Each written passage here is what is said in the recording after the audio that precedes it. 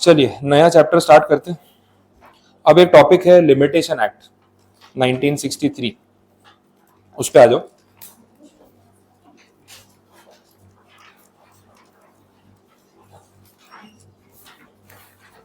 Again simple और छोटा सा चैप्टर।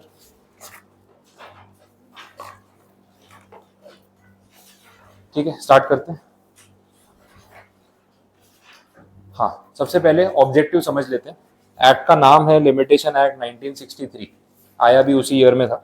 लेकिन ऑब्जेक्टिव क्या है, एक्ट क्यों पढ़ रहे हैं, उसका लॉजिक समझना जरूरी है। देखो, सपोज ऐसा है कि आपका किसी से कोई डिस्प्यूट हो गया या आपके साथ कोई ऑफेंस हो गया, आपको लगता है कि कोर्ट में जाके जस्टिस मांगना चाहिए, तो आप किसी पे केस फाइल करना चाहते हो। सिविल डिस्प्यूट हो सकता है, कोई कॉन्ट्रेक्चुअल मैटर है, कोई पैसों का मैटर है, एनीथिंग। बट अब सिचुएशन ये है कि यार कोर्ट में जाने में आपको पता है कि टाइम वेस्ट होता है।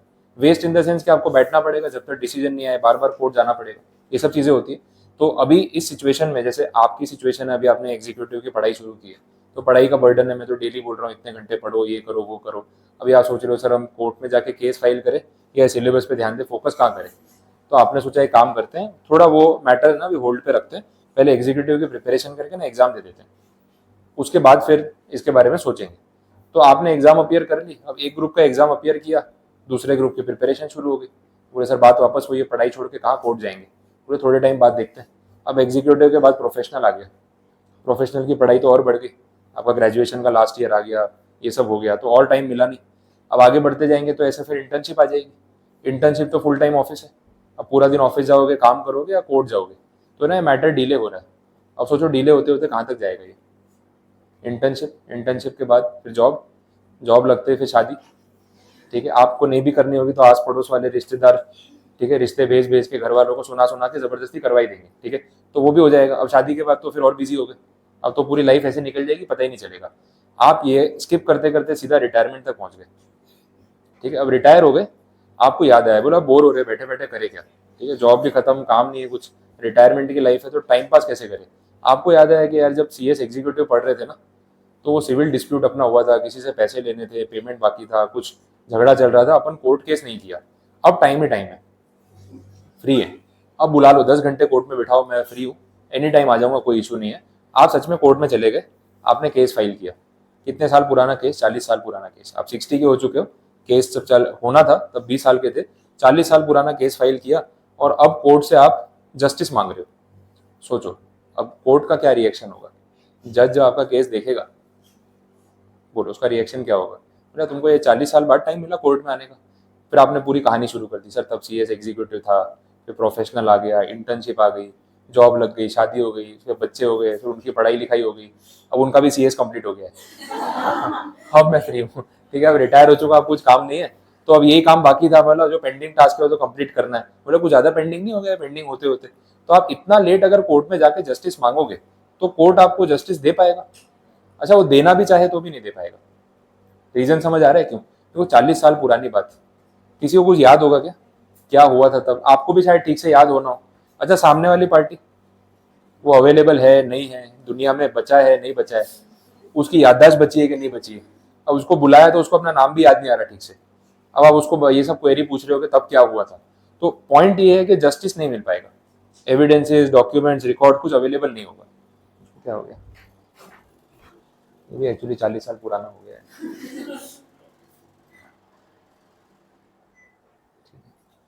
चलो हाँ, कंटिन्यू करते हैं। तो कंडीशन यही है कि इतना पुराना मैटर अगर आप कोर्ट में लेके जाओगे तो कोर्ट अगर जस्टिस देना भी चाहे ना तो नहीं दे पाएगा। और दूसरा पॉइंट ये है कि शायद आपको जस्टिस की उतनी जरूरत थी नहीं, इसलिए तो इतने साल आपने कुछ ध्यान नहीं दिया। छोटी मोटी बात होगी, अब आप कोर्ट में लेके आ गए तो आपको टाइम पास करना है, फ्री बैठे हो, बोर हो जाते हो तो कुछ ना कुछ चाहिए। तो कोर्ट बोला यार आपके टाइम पास के लिए हमने कोर्ट खोल रखा है, और अगर ये ट्रेंड चलता रहा तो कोर्ट केस फाइल करने वाले सारे सीनियर सिटीजन रिटायर्ड लोग होंगे, क्योंकि इस एज में कोई आएगा नहीं, सब रिटायरमेंट प्लान अपना वैसे ही रखेंगे। बोले सर रिटायरमेंट के बाद क्या सोचा है, बोला वैसे 5-10 केस फाइल करने, मैं क्या पूरी लाइफ में नोट करता जा रहा हूँ, डायरी बना रखी है किस किस पे कौन सा केस फाइल करना है, हुआ क्या था, नोट्स बना के रखे हैं, जैसे रिटायर होऊंगा ना अगले दिन यही सब करने वाला हूँ, उसके बाद जब तक हूँ तब तक केस लड़ता रहूंगा, जितना कॉम्पनसेशन मिल गया वो अच्छा है, बच्चों के काम आ जाएगा। तो ये रिटायरमेंट प्लान नहीं चलेगा। तो इन्होंने यहाँ पे ये बोला कि अब एक रूल ऐसा बना देते हैं कि अगर आपके साथ कुछ भी इनजस्टिस हुआ है, कोई डिस्प्यूट है, आपका नुकसान हुआ है और आपको सच में जस्टिस चाहिए, तो आपको टाइम लिमिट के अंदर अंदर कोर्ट में केस फाइल करना पड़ेगा। लॉजिकल है, तो एक टाइम के बाद अगर आप कोर्ट में केस फाइल करने आते हो, हम आपकी बात नहीं सुनेंगे और आपका कोई फैसला यहाँ पे होने वाला नहीं है, आप बाहर ही सॉल्व कर लो। क्लियर हो गया? तो इस कॉन्सेप्ट को ध्यान में रख के एक्ट बनाया, इसको हम क्या बोल रहे हैं, इंडियन लिमिटेशन एक्ट 1963। लिमिटेशन मतलब टाइम की लिमिट रख दी कि जिसको जस्टिस चाहिए, देखो अगर आपका सच में नुकसान इतना बड़ा हुआ है कि आपको जस्टिस चाहिए, तो आप क्या करोगे, ऐसे 10-20 साल वेट करोगे, इमीडिएट कोर्ट में जाओगे? इमीडिएट जाओगे ना, टाइम क्यों वेस्ट करोगे? तो जिसको जस्टिस चाहिए उसको टाइम टू टाइम आना चाहिए, और जो इतने साल तक नहीं आया उसको शायद जस्टिस चाहिए ही नहीं होगा, वो अननेसेसरी कोर्ट का टाइम वेस्ट कर रहा है। तो इसलिए डेडलाइन यहाँ पे फिक्स करना जरूरी है। अब पॉइंट ये है कि डेडलाइन रखे कितनी, कितने दिन में कोर्ट में जाना जरूरी होगा। सारे केसेस के लिए सेम डेडलाइन रख सकते हैं, 10 दिन, 15 दिन, 20 दिन, 30 दिन, तो ऐसा नहीं होता। यहाँ पे लिमिटेशन एक्ट का एक पूरा शेड्यूल है। शेड्यूल का मतलब लिस्ट है। अब जितना चैप्टर नहीं है ना, उससे बड़ी तो लिस्ट है।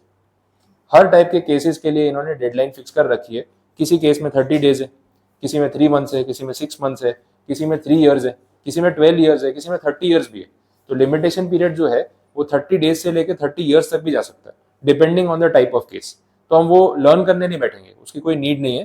थोड़े बहुत कहीं पे कोई पॉइंट्स आ गए पॉपुलर वाले तो हम देख लेंगे, बाकी अदरवाइज सारी लिस्ट हमें लर्न नहीं करनी। तो एक चीज तो आपको ध्यान रखनी कि कोई डेटा याद नहीं करना है। क्लियर, ये पॉइंट पता चला? तो लिमिटेशन एक्ट का ऑब्जेक्टिव आपके सामने क्लियर हो चुका है कि किस लिए हम ये एक्ट पढ़ रहे हैं। आप देख लो इंट्रोडक्शन में क्या बोला है, एक्ट का नाम बता दिया, फिर बोला कि एक्ट अप्लाई किस पे होता है, तो बोला जो सिविल प्रोसीडिंग्स होती है ना, उन सब पे एक्ट अप्लाई होता है। सिविल केस, क्रिमिनल केस में ना थोड़ी सिचुएशन अलग है। क्रिमिनल केस बहुत बार 5-10 साल, 15 साल, 20 साल बाद भी रिपोर्ट होता है और कोर्ट को सुनना पड़ता है कि criminal offence is a very different situation. जो क्राइम वाले केस में क्या है, सपोज मान लो आप कुछ ऐसे किसी ने किसी का मर्डर कर दिया, आपको भी धमकी दे दी, बोले किसी को बताया तो आपको ही मार देंगे, डर के मारे आपने बोला नहीं। कुछ साल के बाद आपने थोड़ी हिम्मत आ गई, बोले नहीं क्राइम रिपोर्ट करना चाहिए, आप रिपोर्ट करने चले गए, बोले नहीं ये तो बहुत पुरानी बात होगी, जाने दो। अरे पुरानी बात क्या, मर्डर तो मर्डर होता है, भले 5 साल पहले हुआ हो कि 2 दिन पहले हुआ हो, तो रिपोर्ट करने तो आ ही सकते हैं। तो क्रिमिनल मैटर्स में बहुत जगह इट इज एन एक्सेप्शन कि आप कभी भी जाओगे, भले कितने साल भी बाद जाओगे, आपकी बात सुनी जाएगी। हाँ, फिर प्रूव कर पाए, एविडेंस है नहीं है अलग बात है, लेकिन स्टिल आपकी बात सुनी जाएगी। लेकिन सिविल मैटर में ऐसा नहीं होता। यहाँ कौन सा आपके ऊपर कोई जान का खतरा है, भाई फटाफट जाके केस फाइल करो। जैसे एक एग्जाम्पल है चेक बाउंस वाला, अपने किसी को चेक से पेमेंट करते हैं, फिर चेक रिटर्न हो जाता है, ठीक है, तो सामने वाला केस फाइल कर सकता है। अब चेक बाउंस का नोटिस भेजने के लिए से 30 डेज का टाइम मिलता है। नेगोशिएबल इंस्ट्रूमेंट्स का मैटर है, सेक्शन होता है वहाँ पे 138, बड़ा पॉपुलर है। तो 30 दिन में नोटिस भेजना पड़ेगा, नहीं भेजा तो टाइम चला गया, वो फिर आपकी प्रॉब्लम है। तो वहाँ लिमिटेशन पीरियड बड़ा शॉर्ट रखा है। अच्छा, डेट रिकवरी होती है ना, किसी को पैसे उधार दिए उसे वापस लेने, वहाँ पे नॉर्मली 3 ईयर्स का टाइम पीरियड होता है। तो अगर मैंने आपसे मान लो आज 5 लाख रुपए उधार ले लिए, मैंने बोला 1 साल के बाद लौटा दूंगा, तो 1 साल आज हो गया, तो आप बोलोगे सर पैसे वापस करो। मैं बोला आज देता हूँ, कल देता हूँ, मैं पेमेंट नहीं कर रहा। तो आप अगर मेरे खिलाफ लीगल एक्शन लेना चाहते हो तो आज से अगले 3 साल में आप कभी भी मेरे ऊपर कोर्ट केस फाइल कर सकते हो। बट 3 साल में नहीं किया तो फिर उसके बाद कोर्ट आपकी बात नहीं सुनेगा, बोलेगा अपने आप वसूल कर लो। 3 साल कोई कम टाइम होता है केस फाइल करने के लिए, आपको टाइम नहीं मिला तो हम क्या करें। इस तरीके की सिचुएशन यहाँ पे रहती है। क्लियर? आगे देखें, एक्ट पूरे इंडिया में एप्लीकेबल है, वो तो हर जगह आ ही रहा है। और लास्ट पॉइंट देखना, उसमें ना एक वो लैटिन फ्रेज दे रखा है। अब ये सब्जेक्ट में थोड़ा सा इशू है, लैटिन फ्रेज आते रहते हैं, ये अपन ने डब्ल्यूटी में भी देखे थे। अब लैटिन लैंग्वेज है कौन सी, ये इंग्लिश की प्रीडिसेसर लैंग्वेज है। इंग्लिश लैंग्वेज जो आज अपन बोल रहे हैं, पहले लैटिन अमेरिकन होती थी जिसपे से इंग्लिश लैंग्वेज डिराइव की गई, और लैटिन की आधी चीज़ें जो है वो अपनी संस्कृत में से डिराइव की गई। तो ओरिजिनल स्क्रिप्ट तो जो है वो अपना ही है, इन लोगों ने सारा कॉपी पेस्ट करके ना थोड़ा बहुत एक्सेंट चेंज कर दिया है। तो आधे से ज़्यादा वर्ड जिनके आप सुनोगे तो अपने हिंदी और संस्कृत वाले वर्ड्स है ना, उसी से वो मैच करते हैं, क्योंकि ओरिजिनेट वहीं से हुए। अब ये अपनी लैंग्वेज पे से इन्होंने खुद की लैंग्वेज बना ली और अब वही हमको सिखा रहे हैं। तो हमें इंग्लिश सीखनी पड़ रही है, जो इंग्लिश आई है लैटिन से, लैटिन आई है अपनी संस्कृत से, तो अपनी संस्कृत छोड़ के इनकी इंग्लिश सीख रहे हैं। ये एक्चुअली में चल रहा है वैसा। तो सब मार्केटिंग का गेम है और कुछ नहीं, बेचना आना चाहिए, बेच रहे हैं लोग अच्छे से। अब देखो लैटिन फ्रेज में जो भी बोला है उसका प्रोनाउंसिएशन अपनी जगह, अब उसका इंग्लिश ट्रांसलेशन देख लो। उसमें ऐसा बोला है, the law aids the diligent and not the indolent. मतलब कानून उसकी मदद करेगा जो डिलीजेंट है, एक्टिव पर्सन है और क्विकली एक्ट करना जानता है। जो लेजी पर्सन है, डॉर्मेंट है, जिसके पास टाइम नहीं है कोर्ट में आने का, कानून उसकी मदद नहीं करेगा। क्योंकि एक पॉइंट के बाद हम बोल सकते हैं कि भाई यू आर लेट, अभी आपके केस का कुछ नहीं हो सकता। आ रहा है समझ में? तो ये फ्रेज ध्यान रखना। आप लैटिन वाला मत लिखो चलेगा, इंग्लिश वाला तो एटलीस्ट आप कोट कर सकते हो इंट्रोडक्शन में। लैटिन फ्रेज में सिर्फ इतना है कि देख के याद आ जाना चाहिए कि इसका ट्रांसलेशन क्या है, उतना आप कर सकते हो। क्योंकि 1-2 क्वेश्चन ना पेपर में डाल देते हैं, यही लाइन लैटिन वाली लिख देंगे, पीछे लिखेंगे कमेंट या एक्सप्लेन, आपको ट्रांसलेशन याद नहीं आया तो गया, और वही ट्रांसलेशन पता होता तो पूरा आंसर आराम से लिख सकते थे। अब इसमें करना क्या है, देखो वर्ड्स पकड़ लो, आराम से पता चलेगा। ये लैटिन में जो लिखा ना फर्स्ट वर्ड, उसमें एक इंग्लिश का टर्म है विजिलेंट। विजिलेंट का मतलब होता है अलर्ट, तो वहीं से वर्ड आया, ठीक है। तो विजिलेंट का मतलब जो अलर्ट है वो। दूसरा वर्ड आपको मिलेगा डोरमेंट। डोरमेंट का मतलब इनएक्टिव। तो रिलेट हो जाएगा कि जो विजिलेंट है कानून उसकी मदद करेगा, जो डोरमेंट है, इनएक्टिव है, लेजी है, जो टाइम पे कोर्ट में नहीं जाएगा उसकी हेल्प नहीं करेगा। तो वर्ड से ना आपको ट्रांसलेशन क्लिक हो जाएगा, उसमें प्रॉब्लम नहीं है, बट पूरा ये टर्म कोट करने की कोई नीड नहीं है। बोलो कोई कंफ्यूजन यहाँ तक? ऑब्जेक्टिव क्लियर है? आगे बढ़ते हैं। Limitation bars remedy but does not extinguish right. बड़ा इंटरेस्टिंग। एक बार एग्जाम में ना ये डायरेक्ट टाइटल दे दिया था, आप पूछे सर क्वेश्चंस कैसे आते हैं, ये सेंटेंस था और पीछे लिखा था कमेंट। 4 या 5 मार्क्स का क्वेश्चन था। तो ऐसे डायरेक्ट क्वेश्चंस आपको जेईजीएल में काफी सारे मिलते हैं, उस हिसाब से आपको फिर इजी लगता है। केसेस आते हैं लेकिन पूरा पेपर केस लॉ नहीं होता जैसे कंपनी लॉ में, तो यहाँ पे डायरेक्ट क्वेश्चंस मिलेंगे। तो ये लाइन थी लिमिटेशन बार्स रेमेडी। बार्स का मतलब रिस्ट्रिक्ट, रिस्ट्रिक्ट करना, आप लिख के रख सकते हो। Limitation bars remedy but does not extinguish right. Simple example देता हूँ। जैसे अभी मैंने आपको एग्जाम्पल दिया कि मैंने आपसे 5 लाख रुपए उधार लिए। अब ये सिर्फ एग्जाम्पल तक ही है, रियल सिचुएशन नहीं, ठीक। तो 5 लाख रुपए मैंने आपसे उधार लिए सिर्फ एग्जाम्पल के लिए, असली में नहीं मांगे, वापस मांगने मत आ जाना, केस मत फाइल कर देना। अब मैंने आपको बोला कि 1 साल में पैसे रिटर्न कर दूंगा। आपने बोला सर ठीक है, इतना इंटरेस्ट देना रहेगा और आप इस डेट पे रिटर्न कर देना। अग्रीमेंट हो गया। अब 1 साल खत्म हो गया, मैं आपको, आपने फोन किया, बोले सर वो पेमेंट का क्या हुआ। मैंने बोला यार मैं भूल गया था, मुझे पैसे वापस करने, मैं अरेंज करता हूँ, 1-2 दिन का टाइम दो। आपने सोचा ठीक है 1-2 दिन का टाइम मांग रहे, कोई बड़ी बात नहीं है। अब 1-2 दिन का टाइम मांगते मांगते 2-4 दिन हो गए, 8-10 दिन हो गए, 15-20 दिन हो गए, कुछ पैसे वापस नहीं आए। आपको टेंशन हो रही है नहीं हो रही? या पैसे आएंगे कि नहीं आएंगे? देखो टाइम टू टाइम पैसे आ जाए ना, डर नहीं लगता। कोई 2-4 दिन मांग लेता है, टेंशन हो जाती है, बोले देगा तो सही ना, एकदम से अपने डर जाते हैं। तो आपको लगा पता नहीं पैसे वापस मिलेंगे या नहीं मिलेंगे। तो ये सब चीज़ें चलती रही। मैंने बोला चलो 2-4 दिन में देता हूँ, 10 दिन में कराता हूँ, ये वो, बार बार आप फोन कर रहे हो, कभी मैं फोन उठा रहा हूँ, नहीं उठा रहा हूँ, ये चलता रहा। अब इतना डिले हो गया कि जो आपके पास लिमिटेशन पीरियड है ना, वो तो शुरू हो चुका है वैसे। जैसे 1 साल की ड्यू डेट आ गई है, अगले दिन से आपका लिमिटेशन पीरियड तो स्टार्ट हो गया। तो अब अगर आपको मुझ पर केस फाइल करना है तो 3 साल के अंदर अंदर करना पड़ेगा। ये बात मुझे पता है, आपको पता है। तो मैं थोड़ा बहुत टाइम मांग के ना तारीख खींच रहा हूँ, 15 दिन, 20 दिन, 1 महीना, ऐसे करते करते पूरे 3 साल निकल गए और आपने मेरे ऊपर केस फाइल नहीं किया और मैंने आपके पैसे नहीं दिए। अब बोलो क्या सिचुएशन है, आपके पास क्या ऑप्शन बचा? जैसे ही 3 साल खत्म हो गए, अब मैं पैसे देने से मना कर दूं तो आप कुछ कर सकते हो, कोर्ट में जा सकते हो। अब 3 साल खत्म हो गए ना, मैंने बोला यार देखो ऐसा हो गया वैसा हो गया, मैं ना नहीं बोल रहा हूँ, मेरा बहुत नुकसान हो गया, मैं 3 साल से कोशिश कर रहा हूँ पैसे अरेंज करने की, नहीं हो रहे, तो अब कुछ नहीं हो सकता। तो मैंने पोलाइटली ना बोल दिया कि मैं पैसे नहीं दूंगा। ऐसा भी नहीं जो करना है कर लो, उस तरीके से नहीं, मतलब मेरे पास सच में पैसे नहीं है, बहुत मन है आपका पैसा रिटर्न करने की लेकिन हो नहीं पा रहा है, ऐसे करके मैंने मना कर दिया। अब क्योंकि 3 साल खत्म हो गए, आप कोर्ट में गए, कोर्ट क्या बोलेगा, भाई you are late, limitation period is over, और इतना टाइम तो मोर देन इनफ है, ना टाइम एक्सटेंशन दे सकते हैं, ना हम आपका केस एक्सेप्ट कर सकते हैं। अब आपके पास कोई ऑप्शन तो बचा नहीं, कोर्ट केस वाला रास्ता खत्म। कोई दूसरा रास्ता है पैसे वसूल करने का? जो सोच रहे हो आप वो वाला इलीगल होता है, ठीक है। फिर आप 4 बंदे लेके घर पे आ गए, बोले सर पैसे देने हैं कि नहीं देने।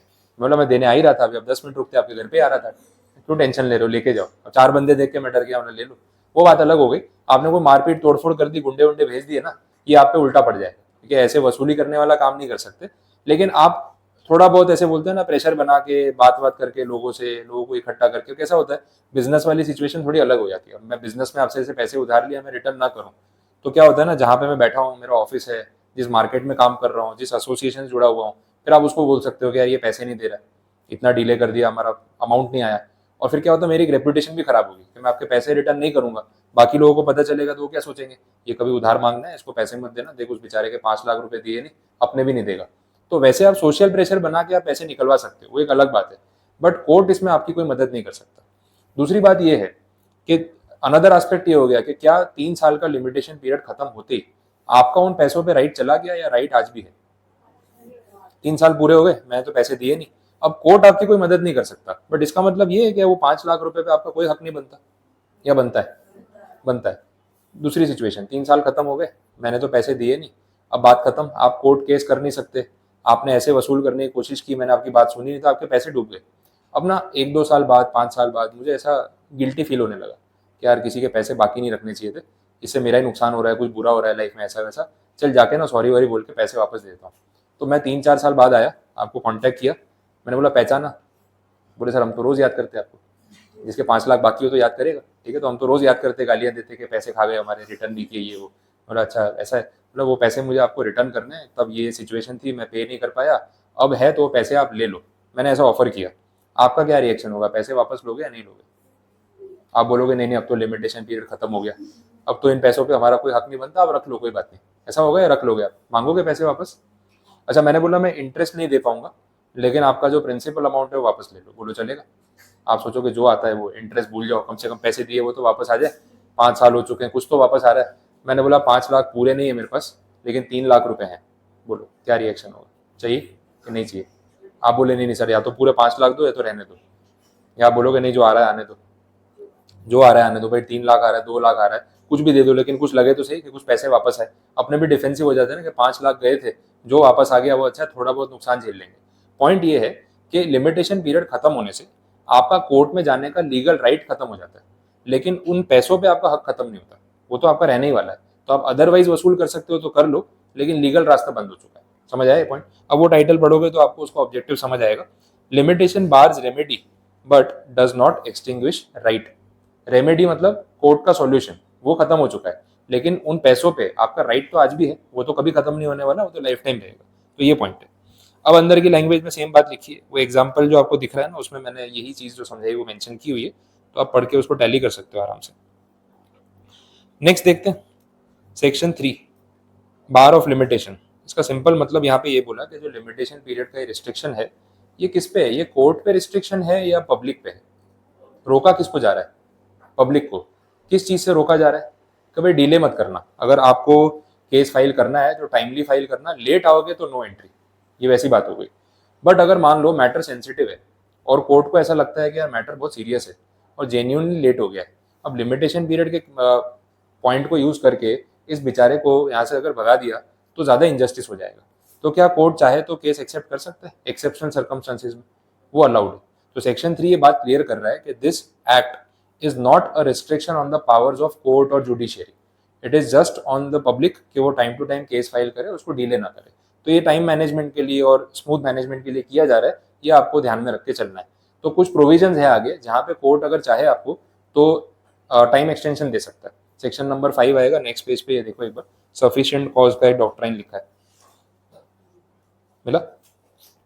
उसमें ये बात बोली है, सफिशिएंट कॉज वाले केस में ये बोला है कि अगर आप केस फाइल करने में डिले कर देते हो बट आप जेन्यून रीजन देते हो कि इस वजह से हुआ उस वजह से हुआ और कोर्ट को लगता है कि यार रीजन जेन्यून है, तो आपको टाइम एक्सटेंशन मिल सकता है। बट इसमें एक इंटरेस्टिंग ट्विस्ट है, वो समझना। देखो एक होता है अपने जब ओरिजिनल केस फाइल करते हैं,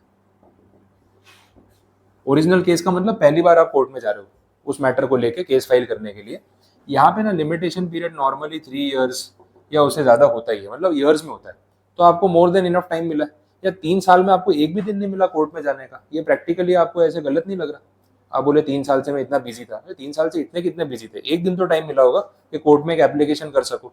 तो यूजुअली ओरिजिनल केस वाला जो मैटर होता है जहाँ पे ईयर्स में लिमिटेशन पीरियड होता है, वहां पे कोर्ट सेक्शन 5 में आपकी बात नहीं सुनता है। कोर्ट बोलता है 3 साल बहुत होते हैं भाई, एक्सटेंशन की कोई जरूरत नहीं, जाओ आप लेट हो गए आपकी बात नहीं सुनेंगे। लेकिन इसके साथ एक और सिचुएशन होती है, उसको बोलते हैं अपील। अपील का मतलब क्या होता है? ओरिजिनल केस फाइल किया था, केस हार गए, अब सीनियर कोर्ट में जाके आपको अपील करना है। तो अपील के लिए आपको जो डेडलाइन मिलती है ना वो डेज में होती है, मतलब नॉर्मली जैसे 30 डेज हो गया या 45 डेज हो गया, 90 डेज हो गया, मैक्सिमम 6 मंथ्स तक हो सकती है, इतनी ही होती है। Now this is a very short duration. किसी को 30 दिन का टाइम दिया और वो 30 दिन में वो इतना बिजी था कि कोर्ट में नहीं आ पाया, ये प्रैक्टिकली समझ आता है। भाई कोई हॉस्पिटलाइज हो गया घर में, कोई मेडिकल कंडीशन हो गई, वो खुद बीमार हो गया, कुछ भी हो सकता है, लेकिन 3 साल में उसको एक भी दिन टाइम नहीं मिला, ये बात समझ नहीं आती। तो सेक्शन 5 का जो बेनिफिट है वो इस केस में यूजुअली कोर्ट नहीं देता है, लेकिन इस केस में यूजुअली कोर्ट आपको बेनिफिट देता है। और बेनिफिट में क्या देता है? टाइम एक्सटेंशन, कि चलो 30 डेज में आप फाइल नहीं कर पाए, आप एप्लीकेशन कर दो, हम अलाउ कर देते हैं, अब फाइल कर दो। तो आपको बोल देंगे 1 वीक में फाइल कर दो, 5 दिन में फाइल कर दो, फिर आपने नहीं किया तो टाइम गया, लेकिन आपको एक्सटेंशन मिल सकता है अगर आपको जेन्यून रीजन देते हो तो ये एक्सटेंशन की बात कहाँ पे की है? सेक्शन नंबर 5 में। और नाम क्या है? Doctrine of sufficient cause. Sufficient cause मतलब जेन्यून रीजन, एक ऐसा रीजन जो जेन्यून लगे कोर्ट को और आपको टाइम का कुछ एक्सटेंशन मिल जाए। आई स्टोरी समझ में? वैसे बोला है। तो ये 2 पॉइंट्स मेजर है इस सेक्शन में, बाकी लैंग्वेज अपने पढ़ेंगे तो रिलेट हो जाएगा। बोलो कोई कंफ्यूजन? तो सेक्शन 3 क्या बोल रहा है कि भाई लिमिटेशन जो है वो कोर्ट के पावर्स पे नहीं है, लिमिटेशन किस पे है? पब्लिक पे, कि वो टाइम पे केस फाइल करे, डिले ना करे। और अगर कहीं जेन्यूनली डिले हो गया और ऐसा कुछ मैटर है तो तो आप सेक्शन 5 में सफिशिएंट कॉज के डॉक्ट्राइन का बेनिफिट मांग सकते हो। कोर्ट नॉर्मली इस केस में अलाउ नहीं करता है, इसमें कर सकता है। आप अपील कर दो, रिजेक्ट हो जाएगा, इसमें क्या, अपील तो दोनों केस में कर सकते हो, लेकिन टाइम एक्सटेंशन इस केस में यूजुअली नहीं दिया जाता है, जरूरत नहीं। 10 साल का टाइम किसी को ऑलरेडी दे रखा है, और कितना एक्सटेंड करेंगे, ये लॉजिक यहाँ पे चलेगा। क्लियर? तो सेक्शन 3 और 5 की मेजर स्टोरी मैंने इसमें कवर अप कर दी। बीच में एक सेक्शन बचा है, सेक्शन नंबर 4,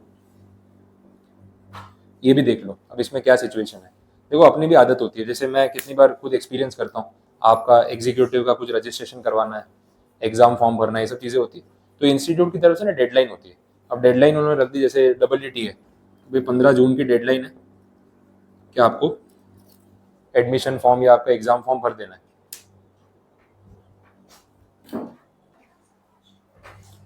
हाँ चलो आगे कंटिन्यू करते हैं। तो सेक्शन 4 की हम बात कर रहे थे। अब इसमें ऐसा होता है जैसे आपकी WT की एग्जाम फॉर्म भरने की डेट आ गई, अब 15 जून की डेडलाइन है फॉर जुलाई। तो कितनी बार ना स्टूडेंट्स का मुझे रात को फोन आता है, मतलब 15 जून को रात को 11:50 पे, बोले सर अभी फॉर्म भरने बैठे हैं, अब वो पेमेंट फेल हो रहा है, सर्वर काम नहीं कर रहा है, क्या करें। वो ना जल्दी फॉर्म भर लेते, क्या करें, मतलब अभी 5 मिनट बाकी, अभी फॉर्म भर रहे हो तो उसका कोई लॉजिक है।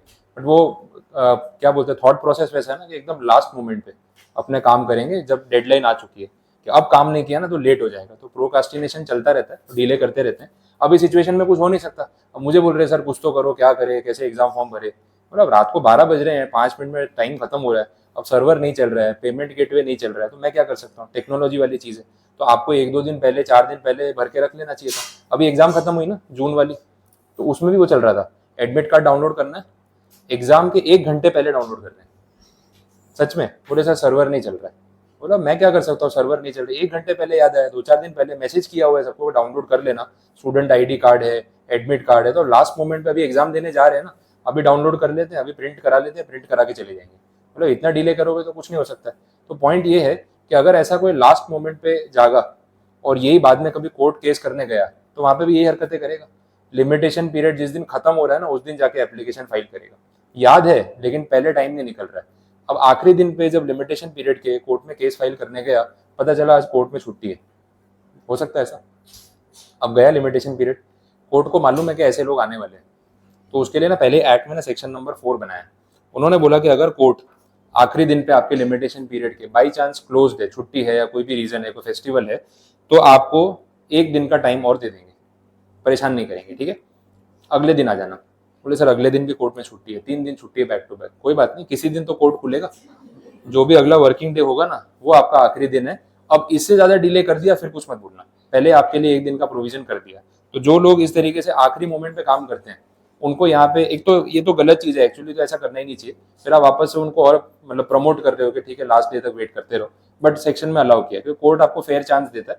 अब लास्ट दिन पे छुट्टी है तो आप भी आर्ग्यू कर सकते हो कि बोले तारीख के हिसाब से तो मेरे पास आज का दिन था, अब कोर्ट में छुट्टी है तो मैं क्या करूँ, किसको याद रहता है पब्लिक हॉलीडे नहीं है, तो कोई बात नहीं, 1 दिन और ले लो, इससे ज्यादा क्या हो जाएगा। तो सेक्शन 4 में सिर्फ इतनी कंडीशन बोलिए कि नेक्स्ट वर्किंग डे जो भी होगा वो आपके लिमिटेशन पीरियड का आखिरी दिन होगा।